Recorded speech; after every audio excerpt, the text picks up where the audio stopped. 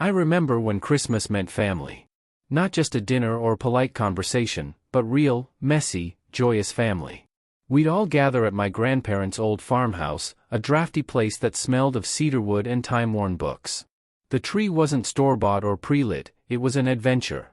We'd trek out into the snowy woods with Grandpa, bundled up in layers, eyes sharp for the perfect fur. It had to be just right, not too tall, not too sparse, with sturdy branches to hold the heavy, handmade ornaments that had been in our family for generations. One year, I was about 8, and we picked a tree so perfect it looked like it had stepped out of a painting. Grandma insisted on real candles, those delicate white ones with brass holders that clipped to the branches. It was magical, until Uncle Paul forgot to extinguish one. We were all in the living room, laughing over some story, when my cousin Anna screamed. The fire was small at first, just a flicker, but panic makes things bigger. We lost half the living room that night. Half the gifts, too. You'd think that would ruin Christmas forever. But here's the thing, we spent the next week rebuilding together. The men patched the walls, the women cooked, and we kids tried to make everyone laugh. That disaster became a bond, a story we told year after year. Now, everything's safe. Artificial trees, LED lights, no open flames. Nothing burns, but nothing sticks. No risk, no story, no shared triumph. It feels like we traded something real for something convenient. Christmas used to smell different. For me, it was gingerbread and cinnamon, the aroma filling every corner of our small kitchen. Grandma was the queen of holiday baking. Her gingerbread cookies were legendary, not just because they tasted good but because they carried a secret. We didn't know it back then, of course. To us, they were just cookies with a kick, something that made us feel warm and fuzzy inside. We thought it was magic. It wasn't until years later, after Grandma passed away, that we found out the truth. She had a secret ingredient, whiskey. Just a splash in the batter, enough to give it that rich, deep flavor. My mother found the recipe in an old, stained notebook. We laughed about it, at first. Then we tried to recreate them. Followed every step perfectly. But something was missing. It wasn't the whiskey. It was her. Now, the holidays feel sanitized. The cookies are still there, the same shapes and frosting, but they're just cookies. No hidden surprises, no whispered secrets passed down through generations. We bake them because we're supposed to, not because they mean anything. And every time I take a bite, I taste the absence. I used to think Santa was real, and I didn't even question it. Not until I was about 10 years old. My sister, who was 2 years younger, was always more cynical, but I was firm in my belief. Every Christmas Eve, we'd hang our stockings and leave a glass of milk and cookies. I remember the excitement, the rush of energy in the air as I imagined Santa's sleigh landing on our roof. And somehow, every year, he managed to eat all the cookies and drink the milk without leaving a trace of his presence. It was perfect. Magical.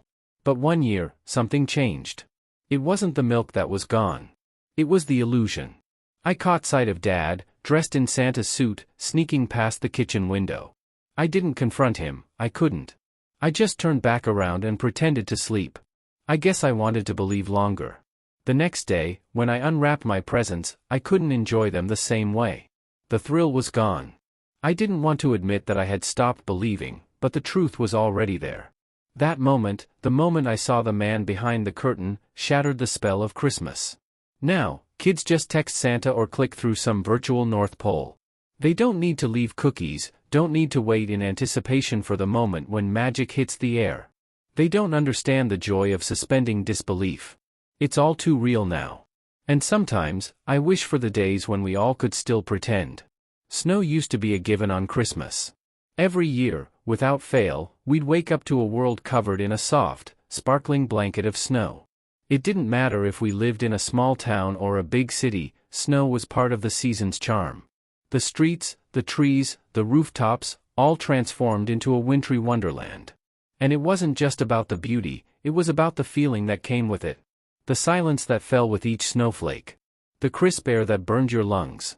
The joy of running outside, catching snowflakes on your tongue, and then huddling by the fire, red-faced, with hot cocoa in hand. One Christmas, I remember feeling like the world had stopped. The snow was falling in thick, slow flakes, and we spent the day outside building snow forts and snowmen. There was something about that quiet, something about the world being muffled under layers of snow, that made it all feel special. Now, I live in a city where it hardly snows at all. When it does, it's gone before it even has a chance to settle. And when it snows, it feels different. The snow isn't soft anymore, it's slushy, dirty from the salt on the roads. It doesn't feel like Christmas. It doesn't feel like anything, really. It's just another day in a world that's too busy to pause and appreciate the silence. Global warming stole that from us. And Christmas, too. Grandpa used to take us out to the woods to find the perfect tree every year. I remember the cold biting at my face, the crunch of snow underfoot, and the way Grandpa's old boots left deep prints in the snow as we trudged through the forest. The scent of pine would fill the air, sharp and fresh, as we carefully chose a tree that wasn't too tall, wasn't too wide, just right. We'd drag it home, all of us working together, and Grandpa would set it up in the corner of the living room. That tree always had a personality. It was never the perfect, symmetrical kind you'd find in a store. It had gaps, and one side was always fuller than the other. But that was the beauty of it. It was ours. We'd string it with mismatched ornaments, ones we made in school, ones that had been passed down through the generations. The tree stood as a testament to our family's imperfections and our ability to love those imperfections. Now, everyone buys a tree. It's pre-cut, perfectly shaped, and it comes with a set of lights and ornaments. There's no adventure in it anymore. No trips to the woods. No feeling of pride in choosing something together. You just pick it out of a store, set it up, and move on. Christmas used to feel like something you worked for. Now it's just something you buy. I remember the stockings we used to hang. They weren't anything fancy, just old, mismatched socks that we'd find tucked in the back of the closet. Some were wool, some were cotton. They didn't match, but they didn't have to. Each year, we'd fill them with little trinkets, an orange, a chocolate coin, maybe a tiny toy or some marbles. It wasn't about the gifts, it was about the thought. I remember one Christmas when I was about 9, I woke up before anyone else. I tiptoed downstairs and saw the stockings hanging from the mantel. I reached up, touched mine, and felt something solid inside. I pulled it out, a little wooden train set. It was simple, but to me, it was the world. I didn't even notice the others at first. It wasn't until later that I saw my sister had gotten the same thing. The magic was in the fact that they thought of us, that they knew exactly what we would love. Now, I don't even know what happened to that tradition. We just buy each other gift cards, or the latest gadget. No one cares if it's thoughtful. We just want it to be convenient. My kids don't even know what a stocking is. They just want the newest tech, the latest game. And when they get it, they don't seem excited. They just expect it. The thrill is gone, and all that's left is the emptiness of trying to fill that gap with more things. Christmas used to be a community event. Our little town was so small that we all knew each other's names, and on Christmas Eve, the whole town gathered in the square to sing carols. The local choir, the children from the school, and even the people from the bakery would come out and join in. The songs weren't just melodies, they were part of our souls. You could hear the sincerity in every voice, whether it was out of tune or perfect. Everyone was there to share the same moment. One year, the choir's director had fallen ill, so we all took turns leading the songs. I remember my mom standing at the front, her voice clear and steady, filling the cold air with joy. It felt like something sacred, something unspoken that everyone could feel, even if they didn't sing. We weren't just celebrating Christmas, we were celebrating each other, our shared history. Now, Christmas feels corporate.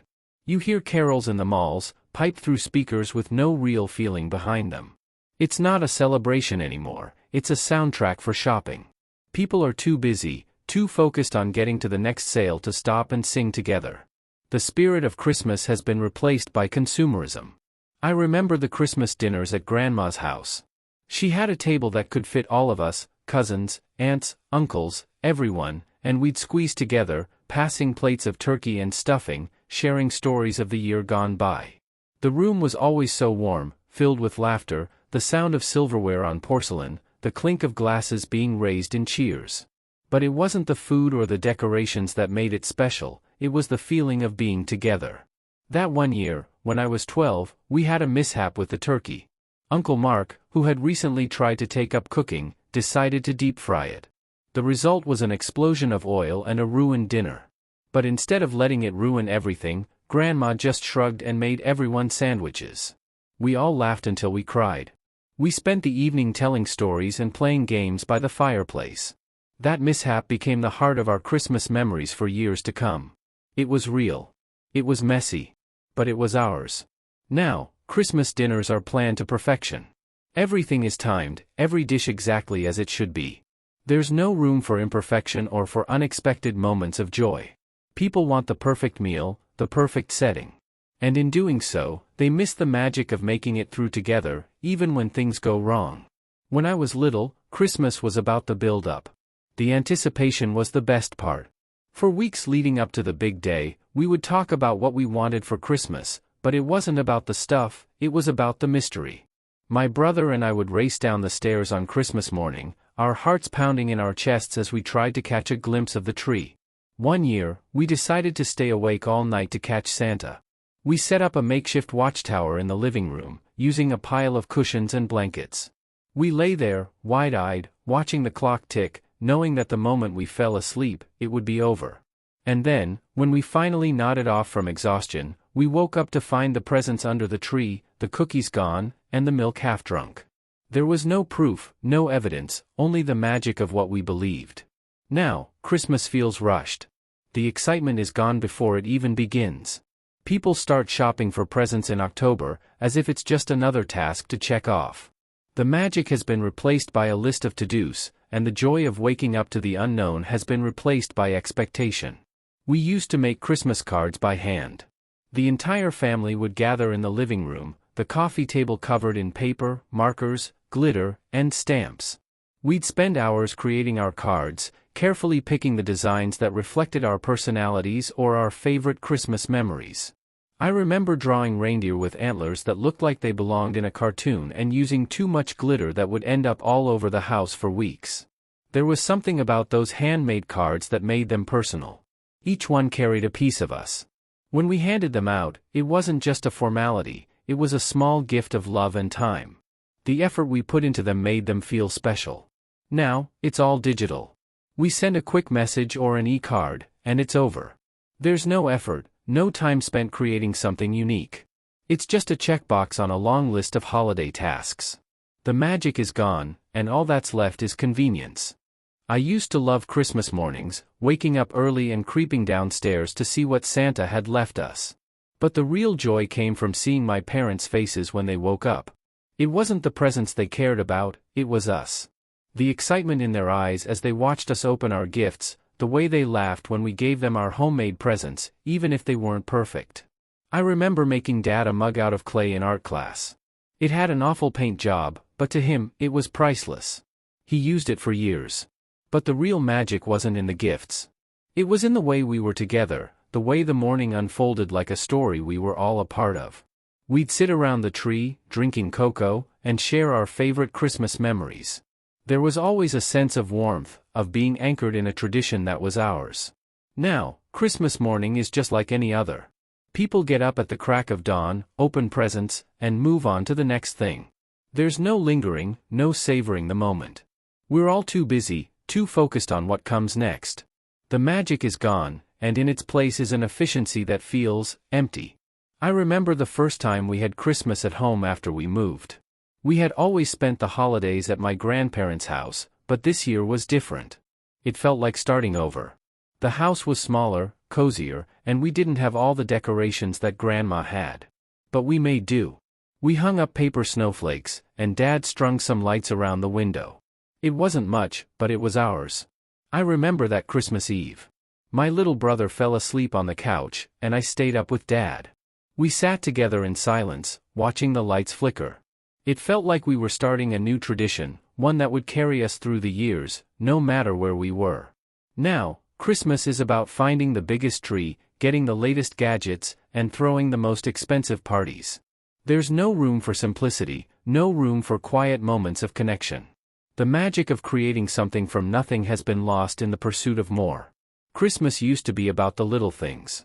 I remember the year that my parents couldn't afford a big tree, so instead, we went out into the backyard and cut down a small, scraggly one. It wasn't much, but we decorated it with whatever we had, homemade popcorn garlands, some old tinsel that had been passed down for years, and a star on top made from construction paper. It wasn't the perfect tree by any means, but it was ours. It was the first tree we had in our new home, and there was something special about it, something that made the season feel brighter, even if it didn't have all the bells and whistles. The ornaments we hung on that tree weren't bought from a store, they were made with love, with creativity, and with the kind of memories that stick with you. We'd sit in the living room for hours, simply staring at the tree, lost in its imperfections.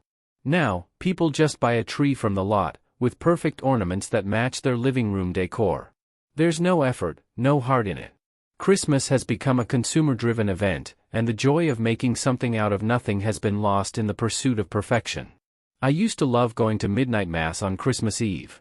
It wasn't just about the religious service, it was about the atmosphere, the sense of community.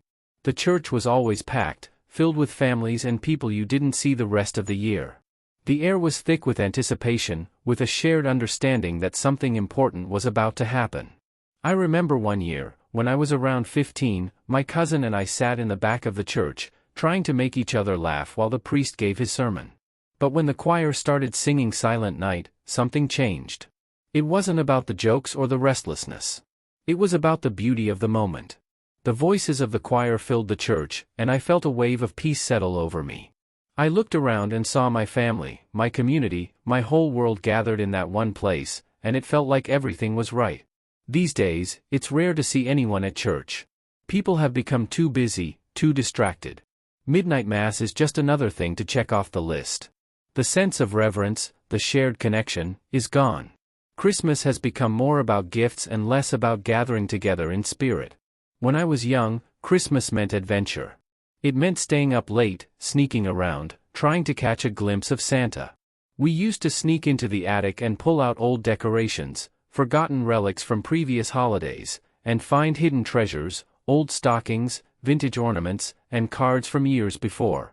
We'd sit there, our eyes wide with wonder, imagining what Christmas must have been like for our parents when they were kids. I remember once finding an old, faded postcard that my mother had sent to her grandparents when she was my age. It was filled with stories of snowstorms and excitement about the presents she was hoping to receive. I kept that postcard with me for years, as a reminder that Christmas wasn't just a present fest. It was about making memories, building stories to pass down. Now, kids don't have to search for their memories. They have everything at their fingertips, photos on phones, video chats with relatives, instant access to everything they want. There's no mystery anymore. Christmas has become too predictable, too easily accessible. There's no room for surprise, for discovery. My mom used to go all out with Christmas decorations. I remember one year, she spent days putting up lights, wreaths, and garlands. Every inch of the house was covered in Christmas cheer. It was exhausting, but it was also magical. The whole family pitched in, and we'd argue over whether the lights should go on the windows or the eaves. When it was finally done, we'd stand back and admire our work. The house felt alive with the spirit of Christmas. But it wasn't just the house that was decorated, it was the entire neighborhood. Everyone would come out on Christmas Eve, walk around, and admire the decorations. We didn't need social media to show off our homes, we just shared the experience in person. There was a sense of pride in making your home look beautiful, in contributing to the shared joy of the season. These days, Christmas decorations are so easy to come by. People buy pre-lit trees and inflatable Santas, and it's all about who can outdo who. There's no personal touch, no creativity. Christmas has become a competition, not a celebration. And in all that, the real magic gets lost. One of my favorite memories of Christmas was when my mom would sit us down to tell the story of the first Christmas. It wasn't just about the nativity or the traditional tale we all knew. It was about how we could live out that story in our own lives. She would talk about kindness, about helping those in need, about the importance of family and love. I remember how we'd all sit quietly, listening, the warmth of the fire crackling in the background, and we would reflect on what Christmas really meant. It wasn't about the presents or the food. It was about what you could give to others, what you could offer in your own small way. Now, it feels like Christmas is more about receiving than giving. People are obsessed with the latest gadgets, the biggest sales, the most expensive gifts. There's no room for reflection, no room for giving without expecting anything in return. The real meaning of Christmas has been replaced by consumerism. Christmas always felt like a time for stories. When I was a kid, we would sit around the fireplace and my grandparents would tell us tales from their youth. Some of them were funny, some of them were sad, but all of them were real. They were stories that carried meaning and lessons, stories that helped us understand our family history and the values that shaped us. One year, Grandpa told us about a Christmas during the war. They had nothing, no tree, no presents, no food, but they still managed to celebrate. They made do with what they had, a small, hand-carved wooden ornament, a few candles, and each other. Grandpa's eyes would mist up as he told the story, and we could see the strength in him, the resilience that defined him. Now, Christmas is more about flashy stories on TV than real-life experiences. We've lost the depth in our celebrations, the ability to share the stories that make us who we are. Now, everything feels staged and scripted, like a commercial for the holidays. When I was a child, the excitement of Christmas was a build-up that lasted for weeks. Every day, we'd open a door on the advent calendar and get a little treat or a small gift. It wasn't about big surprises or elaborate presents, it was about savoring each moment, each little piece of the season. I remember how my siblings and I would argue over who got to open the door each day, and the thrill of finding a tiny chocolate or a little trinket behind it. But it wasn't just the gifts. It was about anticipation. It was about the days leading up to Christmas, when we would start baking cookies, decorating the house, and practicing our carols. Everything felt like a countdown to something important, something worth waiting for. Now, everything happens too quickly. People start shopping for Christmas in September, and the holiday feels like a sprint rather than a journey. There's no anticipation, no build-up. It's all about buying the right presents and making sure everything is perfect.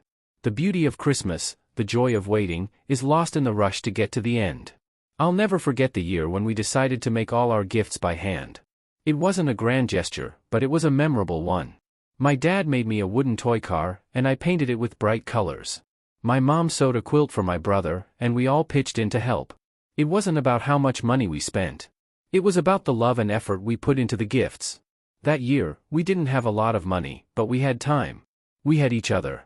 And that made it one of the best Christmases we ever had. The presents weren't perfect. The quilt was lopsided, and my toy car had paint smudges.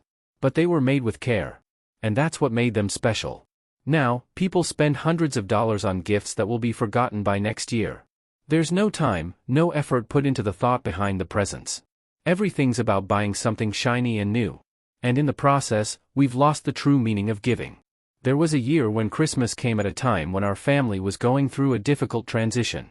My parents had recently separated, and we weren't sure how the holidays would play out. But my mom, despite everything, still tried to make it feel normal. She decorated the house, put up the tree, and even made a big Christmas dinner, even though we didn't have all the money we needed for gifts. On Christmas Eve, after dinner, we all sat together by the fireplace, sipping hot chocolate. We didn't exchange presents that year, but we shared memories of better Christmases. My younger sister, who was only 5, asked if Santa would still come, even if things were different. My mom smiled softly and said, "Santa comes to every home, no matter what." That night, we didn't have many presents to unwrap, but we had each other, and that was enough. We woke up the next morning to find stockings full of small treats, nothing extravagant, but the thoughtfulness behind them was what made the day feel special. There was a quiet understanding in the house that Christmas wasn't about the gifts. It was about holding on to what we had, even in the hardest times. Now, it feels like Christmas has become all about the perfect family photo and showing off the perfect holiday. Everyone expects grand gestures, the perfect holiday, but we lose sight of the quiet moments of togetherness. Those are the moments that matter. Not the Instagram-worthy presents or the elaborate feasts, but the simplicity of just being there for each other. I grew up in a small, tight-knit community where Christmas wasn't just a family affair, it was a community celebration. Every year, the local church would host a huge Christmas dinner for everyone, no matter their background or faith. People would gather in the church hall, sharing food, stories, and laughter. It wasn't fancy, just simple comfort food and homemade pies, but the warmth of the people made it feel like the most extravagant feast you could imagine. I remember one year, there was a woman, a regular at the dinner, who had recently lost her husband. She was sitting alone, looking at her plate as the others chatted and laughed around her. My mother noticed her and went over to sit with her. They talked for hours, and by the end of the night, this woman was laughing as hard as anyone else. That's what Christmas used to be about, looking out for each other, making sure that no one felt alone, no matter what they were going through. These days, Christmas dinners feel more like a performance. There's pressure to make everything perfect, to have the best dishes, the nicest table settings. But what about the people? The ones who need to be seen, who need love in ways that aren't always about the food or the gifts. Christmas used to be about reaching out, and now it feels like it's just another Instagram moment. I'll always remember the Christmas when I was around 10 years old. My parents were working long hours, and money was tight. We knew there wouldn't be many presents that year. But on Christmas morning, when we opened the door to the living room, there were 2 huge boxes, each filled with all kinds of handmade gifts. My father had spent weeks in secret, working on these surprises. He had made us wooden toys, hand-carved and painted with such care. He didn't have a lot of money to buy things, but he used what he had: wood, paint, nails, screws, and a lot of time and love. I remember holding the little wooden dollhouse he made for me, and my eyes filled with tears. I could see how much he had put into it. It wasn't just a toy, it was a symbol of his love, his commitment to making Christmas special even when the circumstances were far from perfect. That year, I learned that Christmas wasn't about the price of the gift, but about the heart behind it. Now, I feel like people focus too much on materialism. We lose the ability to see the love in a gift that doesn't come with a high price tag. Christmas is still about the heart, but it's easy to forget that when the world keeps pushing us toward bigger and more expensive. There was a Christmas when I was in college, living away from home for the first time. It was my first holiday spent away from my family, and I was struggling to feel the Christmas spirit. I had no tree, no decorations, and no one to share it with. I didn't even have enough money to go back home for the break. On Christmas Eve, I went to the local diner, where I knew the owner, a woman named Sylvia. She was in her late 50s, a grandmotherly figure who always had a kind word for everyone. That evening, the diner was quiet. Sylvia made me a special Christmas dinner: turkey, mashed potatoes, and all the fixings, and she sat with me as I ate. She didn't make a big deal of it, just made sure I wasn't alone on a night when so many people were surrounded by family. That night, I learned that Christmas isn't about being with your blood relatives, it's about the people who reach out, who make sure no one is alone. Sylvia didn't have to invite me to dinner, but she did it because she understood the power of connection. Now, when I think about Christmas, I remember that kindness more than anything else. I can't forget the Christmas when I was 15, and my family was facing one of the hardest times we'd ever experienced. My dad had lost his job, and we had to sell the house. We were living in a small apartment, barely able to make ends meet. But on Christmas Eve, my dad came home with something that meant the world to me: a small tree. It wasn't the kind we usually had. There was no pine scent filling the air, no towering tree with fancy ornaments. It was small and simple, but it was perfect in its own way. He decorated it with strings of popcorn and homemade ornaments. The lights were mismatched, but they twinkled in a way that made the entire apartment feel magical. My mom made a simple dinner, nothing extravagant, just what we could afford. But that night, we sat around the tree, singing carols, sharing stories, and laughing together. For the first time in weeks, we felt like a family again. That Christmas, I learned that joy doesn't come from abundance. It comes from being together, from appreciating what you have in the moment, no matter how small it might seem. These days, it feels like Christmas is all about the biggest tree, the fanciest decorations, and the most expensive gifts. But I'll always remember that Christmas because it showed me what really matters: love and togetherness. Growing up, Christmas was always a big event in our house, especially because my mom would spend days preparing the Christmas meal. She would make everything from scratch: roast beef, mashed potatoes, pies, and all sorts of cookies. She'd be up until the early hours of the morning, but she didn't mind. She loved seeing the table full of food and the family gathered around. But what stands out to me the most is the year when Mom was sick. She was in bed, unable to get up and cook. We were all devastated, not because we couldn't have our big meal, but because we could see how much she loved making Christmas special. That year, my siblings and I decided to take over. We went shopping, cooked the meal, and even set the table.